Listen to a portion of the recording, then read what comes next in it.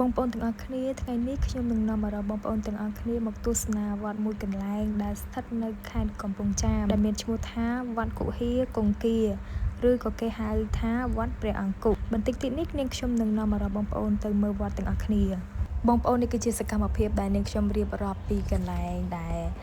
វត្តនៅខាងក្រៅខ្ញុំនេះឯងសម្រាប់វត្តនេះដែរគឺកណ្ដាលនៅដូចរបៀបចកេះភ្នំបងប្អូនគឺមានគេដាក់ថ្មដាក់ព្រះអង្គនៅនឹងជាច្រើនព្រះពុទ្ធរូបជាច្រើនដែលព្រះពុទ្ធរូបនោះគឺកំពុងតែផ្ទុំហើយក៏មានព្រះពុទ្ធរូបផ្សេងទៀតដែលបងប្អូនប្រជាពលរដ្ឋយើងអ្នកជិតនឹងឬក៏អ្នកចម្ងាយដែលគេមកបន់ស្រន់នៅកន្លែងនេះបានស័ក្តិសិទ្ធិអញ្ចឹងទៅគេក៏សាងសង់ព្រះពុទ្ធរូបផ្សេងទៀតដាក់តាំងតម្កល់នៅទីនេះផងដែរហើយនេះគឺជាទស្សនវិជ្ជានៅលើវត្តនេះផងដែរបងប្អូននៅលើវត្តនេះដែរគឺមានដើមឈើធំមែនទែនរបៀបថាត្រជាក់ត្រឈឹងត្រឆៃហើយដល់ពេលយើងមើលពីលើវត្តនេះទៅវត្តនេះរាងចំណោតខ្ពស់របៀបដូចភ្នំបងប្អូនតែគ្រាន់ថាភ្នំគឺអត់ផ្សិតខ្ពស់ប៉ុន្មានទេប៉ុន្តែល្មមអាចយើងមើលទេសភាពពីខាងលើឃើញទឹកទន្លេឃើញដំបូលវិហារនៅខាងក្រោមវិហារគេធ្វើនៅខាងក្រោមវិញបងប្អូនដល់ពេលកន្លែងទីសក្ការៈបូជារបស់គេដូចជាកន្លែងដែលបងប្អូនប្រជាពលរដ្ឋដែលគាត់តែងតែមកច្រើនគឺកន្លែងដែលនាងខ្ញុំកំពុងតែថតនេះដែរបងប្អូននៅខាងលើនេះដែរគឺថាមានទេសភាពព្រៃឈើក៏ដូចជាសត្វស្វាសត្វកំប្រុកសត្វដង្ហែនហើយក៏មានព្រះពុទ្ធរូបជាច្រើនព្រះអង្គច្រើនមែនទេបងប្អូនហើយនាងខ្ញុំក៏សូមអធិស្ឋានផងដែរបើសិនជានាងខ្ញុំនិយាយទៅលើលួសខ្វះខាតត្រង់ណាចំពោះភាសាដែលនាងខ្ញុំកំពុងតែនិយាយគឺភាសាសង្កស័ព្ទដោយសារតែនាងខ្ញុំមិនសូវប៉ិនប៉ុន្មានទេបងប្អូនសុំទោសពុកម៉ែបងប្អូនខ្លាំងមែនទែនហើយបន្តិចទៀតនេះនាងខ្ញុំនឹងនិយាយត្រួសពីប្រវត្តិនៅភ្នំនេះតែម្ដងឬក៏វត្តដែលគេហៅថាវត្តព្រះអង្គុកនេះដែរបងប្អូន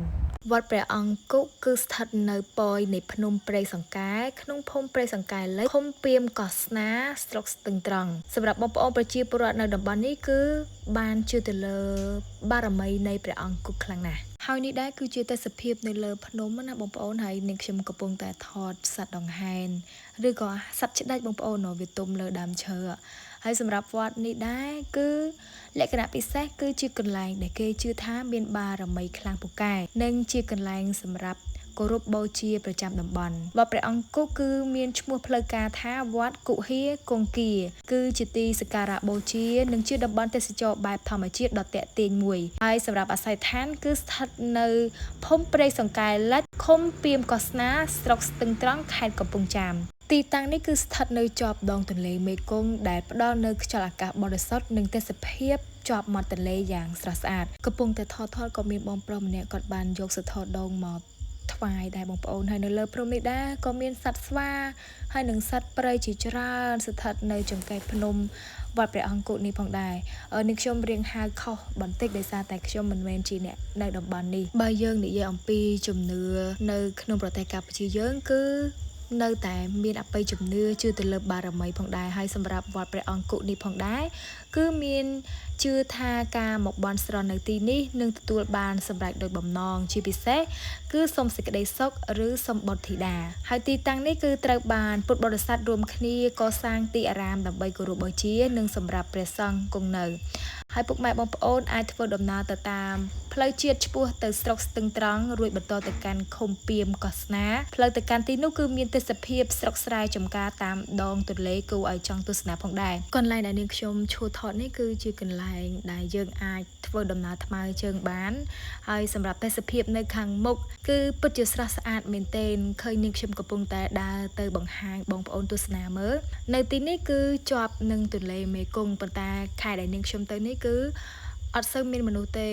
គឺរៀងស្ងាត់បន្តិចប៉ុន្តែខ្ញុំគិតថានៅពេលដែលបុណ្យទានគិតថាអាចនឹងមនុស្សមកច្រើនដោយសារតែវត្តនេះគឺកន្លែងដែលល្បីគួរសមដែរបងប្អូនដើរចុះដើរឡើងនិយាយចុះនិយាយឡើងក៏ស្រាប់តែដល់ពេលវេលាយើងត្រូវមកផ្ទះវិញហើយឥឡូវនេះខ្ញុំកំពុងតែបង្ហាញសកម្មភាពឬក៏ធ្វើកាយវិការប្រាប់ថាអូកន្លែងនេះកន្លែងនោះទាំងដែលខ្លួនឯងអត់សូវស្គាល់លើកទី1មកឲ្យធ្វើដូចជាស្គាល់អញ្ចឹងណាបងប្អូនសម្រាប់បងប្អូនណាដែលចង់មកលេងគឺអាចមកលេងបានបងប្អូនហើយឬក៏ពុកម៉ែបងប្អូនចូលមកចង់បន់ស្រន់វត្ថុស័ក្តិសិទ្ធិបារមីនៅទីនេះក៏អាចមកបន់ស្រន់ដែរបងប្អូនគឺថាស័ក្តិសិទ្ធិខ្លាំងមែនទែនដែលបងប្អូនប្រជាពលរដ្ឋយើងស្ថិតនៅក្នុងស្រុកនេះឬក៏ដូចជានៅខេត្តនេះតែម្ដងគឺគាត់ល្បីថាវត្តនេះគឺជាវត្ត ដែលពូកែស័ក្តិសិទ្ធិហើយសម្រាប់មុខម្ហូបវិញបើសិនជាបងប្អូនដែលមកពីចម្ងាយសម្រាប់មុខម្ហូបប្រចាំតំបន់ក៏ដូចជាប្រចាំខេត្តនេះដែរប្រចាំតំបន់ទីនេះបើសិនជាពុកម៉ែបងប្អូនមកពីចម្ងាយពុកម៉ែបងប្អូនកុំភ្លេចសាកល្បងរសជាតិត្រីទន្លេស្រស់ៗដែលជាមុខម្ហូបដ៏ពេញនិយមប្រចាំខេត្តកំពង់ចាមហើយទៅមើលទេសភាពដែលនាងខ្ញុំថតបងប្អូនស្រស់ស្អាតមែនទែនពីក្រោមអានេះគឺជាទេសភាពដែលខ្ញុំថតពីក្រោម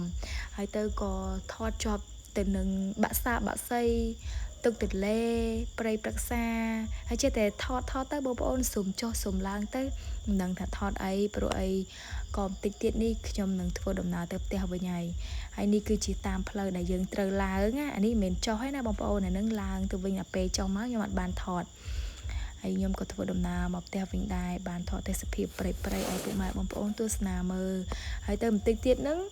សម្រាប់នៅតាមផ្លូវវិញគឺថាទេសភាពស្អាតមែនទែនបងប្អូនមើលពីលើអញ្ចឹងទៅស្អាតដល់ទេសភាពនៅខេត្តនេះគឺជាផ្លូវមួយដែលយើងជិះទៅពិតជាស្អាតមែនទែនយើងឃើញហើយវ៉ាវទេសភាពស្អាតណាបងប្អូននេះគឺមិនប្រទេសគេណាខេត្តកំពង់ចាមបងប្អូនហើយនៅតាមដងផ្លូវវិញក៏មានដំណាំផ្លែផ្កាជាច្រើនដូចជានៅទីនេះដែរគឺគេដាំដំណាំថ្នាំជក់បងប្អូនឬក៏ចេកត្រេតអីហ្នឹងខេត្តកំពង់ចាមស្រុកស្ទឹងត្រង់គឺសម្បូរជាងគេគឺដំណាំទុរេនហើយនឹងដំណាំចំការថ្នាំជក់អីហ្នឹងបងប្អូនហើយឥឡូវនេះខ្ញុំកំពុងតែធ្វើដំណើរទៅវិញហើយអត់បានពាក់មួកសុវត្ថិភាពទេប៉ុន្តែតិចទៀតនឹងពាក់ហើយដោយសារពេលថតហ្នឹងអត់បានពាក់យើងចេញពីវត្តនៅក្នុងវត្តអញ្ចឹងទៅប៉ុន្តែតិចទៀតនាងខ្ញុំនឹងពាក់មួកសុវត្ថិភាពវិញហើយ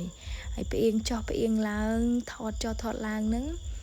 រៀងភ័យដែរបងប្អូនហើយនេះគឺជាទេសភាពបងប្អូនប្រជាពលរដ្ឋអ្នកភូមិផ្ទះអ្នកភូមិនៅក្នុងតំបន់នេះបងផងដែរខ្ញុំថតបានត្រួសទេ